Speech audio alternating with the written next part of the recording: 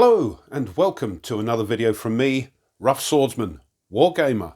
It's an open the box and it's an unboxing of a game that many have been waiting for a very long time. It is, of course, the Russian campaign. And this is the long-awaited Deluxe 5th edition, designed by J.R. Edwards and published, of course, by GMT Games. And the box cover has the iconic image by Roger B. McGowan. So what's all this about? The Soviet Union is to be crushed in one swift campaign before the war ends with England. Führer Directive number 21. The time is 03:15 hours on the 22nd of June 1941. The Russian campaign Deluxe 5th edition marks the triumphant return of one of our hobby's true classic wargame designs.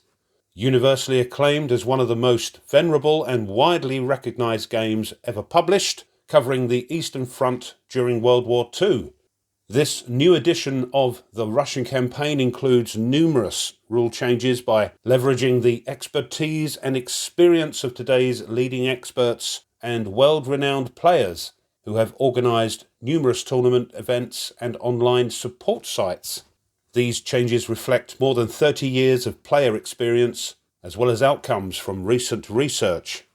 The end result is a perfect blend of the game's original core system, with key enhancements and clarifications driven by the best gaming minds in the world.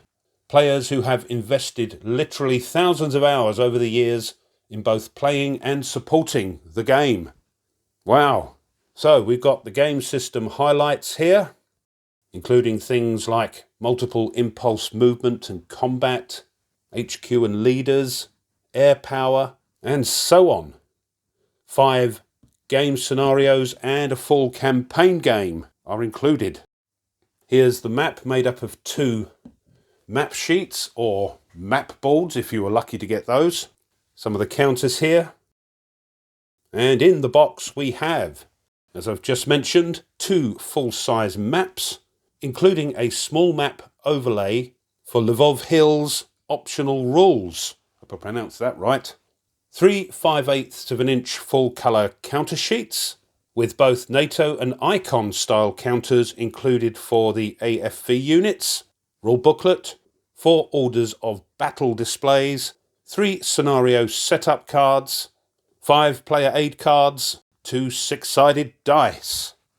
Average playing time 2 to 3 hours for the smaller scenarios, to 6 or more hours for the full campaign.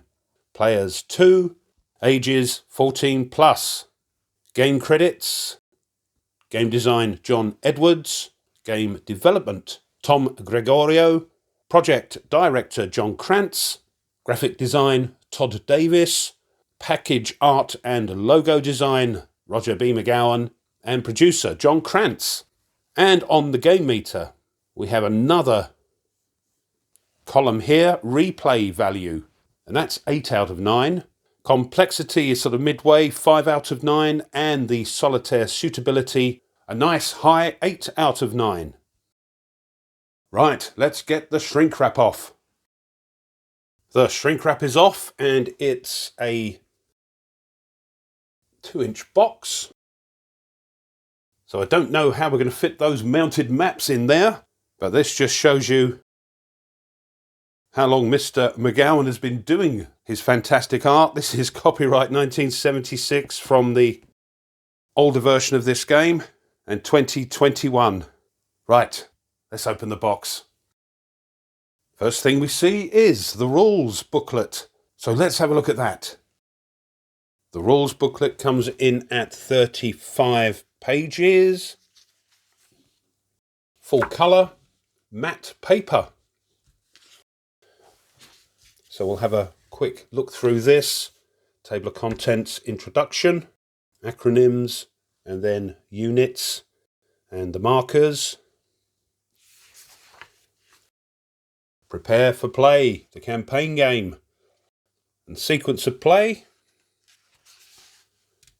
Movement. Yep, movement, stacking, zones of control, usual sort of stuff. restrictions to movement, rail movement. Lots of colour pictures. More on rail movement there. Sea movement. Headquarters and leaders. Combat.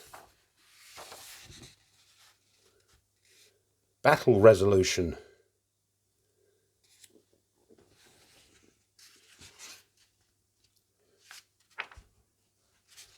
Terrain effects on combat. Air power. Stukas. Automatic victory attacks. Supply. Russian paratroopers. Partisans. Reinforcements. The Axis replacements. Looks really good. Russian replacements. Dotted about the rules, we've got some nice contemporary photos. Motorization, Axis minor allies, victory conditions. And then some optional rules.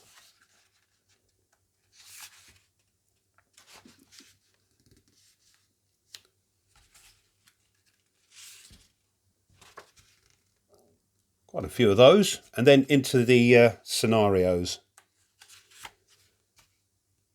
So it says here, it can be a long game if the players wish to play a shorter game, or if they want to play one of the seasonal campaigns, the following scenarios are provided. The scenarios also provide convenient starting points to play a campaign game. So they are all about setting up. Here are the scenarios. Breaking Storm, Faublau, Citadel, bonus material.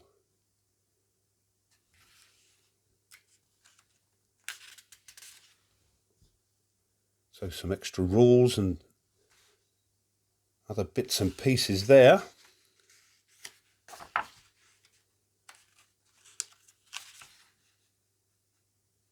Right. Options flowchart. So a lot has gone into this by the looks of it over the years. Developer notes.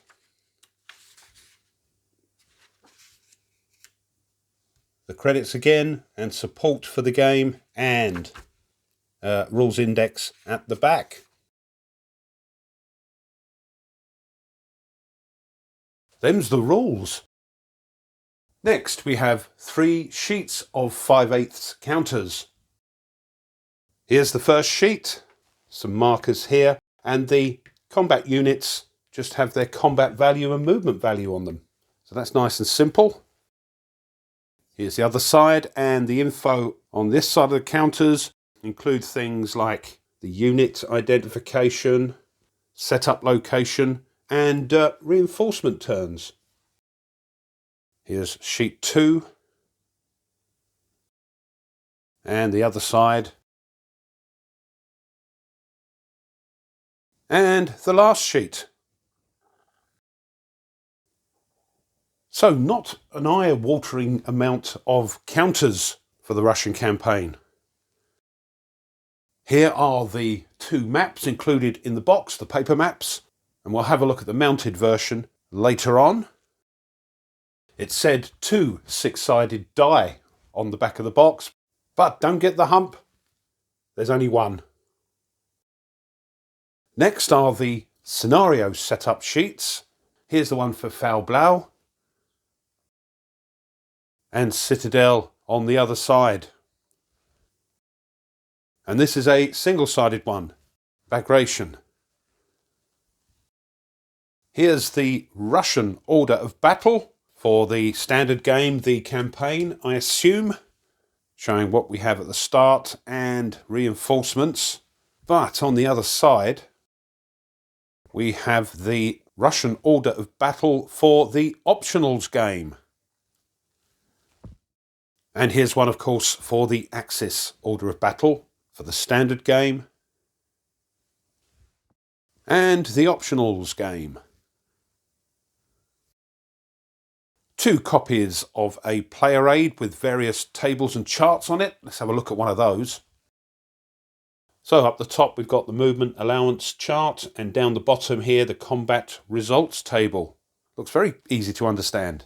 On the other side we have the terrain effects chart, and I must say these have a slightly different look to charts and tables and player aids that GMT normally bring out. Maybe it's because by the looks of it, it's printed by permission of Consim Press, so maybe they had an influence, I'm not sure. But nice and clear player aids. A single-sided weather chart with a weather DRM track. And for some reason which escapes me for the moment, there's a separate little movement allowance chart and combat results table that duplicates what's on the bigger version. But that's everything, apart from the maps. Let's have a look at those. Here's the first map, the more northern map, showing the Baltic Sea, Poland with Warsaw, Berlin, Minsk, and so on. And along the top, we've got some boxes for various units and such, and the turn record track. So let's have a close-up up the top there. So along here we can see the access replacement Paul off-map units box and part of the turn track. And down the bottom here, the Baltic Sea Gulf of Finland movement, air power availability chart, and a couple of boxes for the German and Russian planes. And on the right hand side at the top, carrying on, we've got the weather and Russian Urals industry boxes, Russian surrendered units, and Russian replacement pool with the Axis surrender units right at the end there. And a little box underneath, Russian paratroop reserve. Let's have a zoom in on the map itself. So here we are on the German-Poland border. This is classed as clear. And we've got woods and mountains, and that's about it, apart from the watery areas, the seas, the lakes and the rivers. Here's the second mounted map board, not laying quite flat because we haven't flattened it down yet.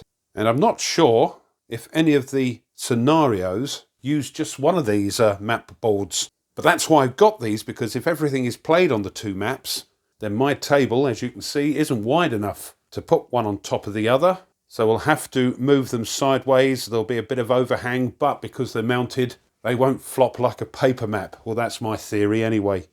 But let's have a look. We've got down here, upside down, we've got the terrain effects chart for the other player, of course, along with the combat results table, and the Black Sea, Sea of Azov movement.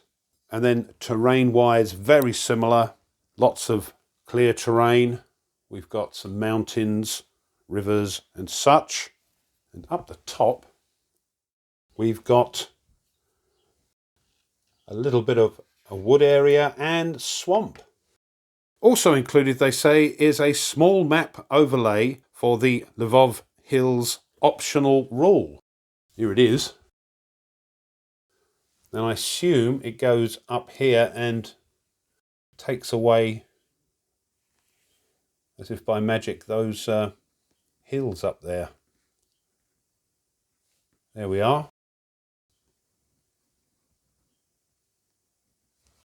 So that's my mounted map boards. If you didn't order those, you've got, of course, the paper maps in the box. And using this might be a bit easier under a bit of plexi, but we'll see how we get on. Might have to use a bit of blue tack if I decide to use that optional rule. So this has been an Open the Box, an unboxing of the Deluxe 5th edition of a game that many call iconic and classic. The Russian Campaign, designed by J.R. Edwards and published, of course, by GMT Games. It's been revamped, everything's been updated, counters, map, and some of the rules. And for those that have played the older versions of this, I hope this lives up to your expectations. And it was worth the wait, because we've all been waiting quite a while for this. But there we go. Well, I hope you enjoyed that and you found it interesting. If you did and you haven't done so already, it would be great if you would consider subscribing to the channel, because it really does help. Pushing the like button of the video, the thumbs up, helps tremendously as well.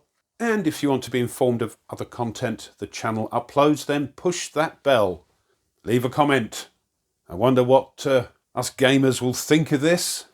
And I actually didn't play the older version of this, so this is all new to me. But let me know what you think, because I love to read them. Thanks as always to my subscribers. Thank you so much. And lastly, before I go, if you want to support the channel a little bit further, well, now you can. You can buy the channel a coffee, and the link for that will be in the description. Or you can push the super thanks button underneath the video. Either of which, if you decide to do that, really helps the channel to keep ticking along. So thank you. So that's all for now. So until the next video, as always, you take care and goodbye.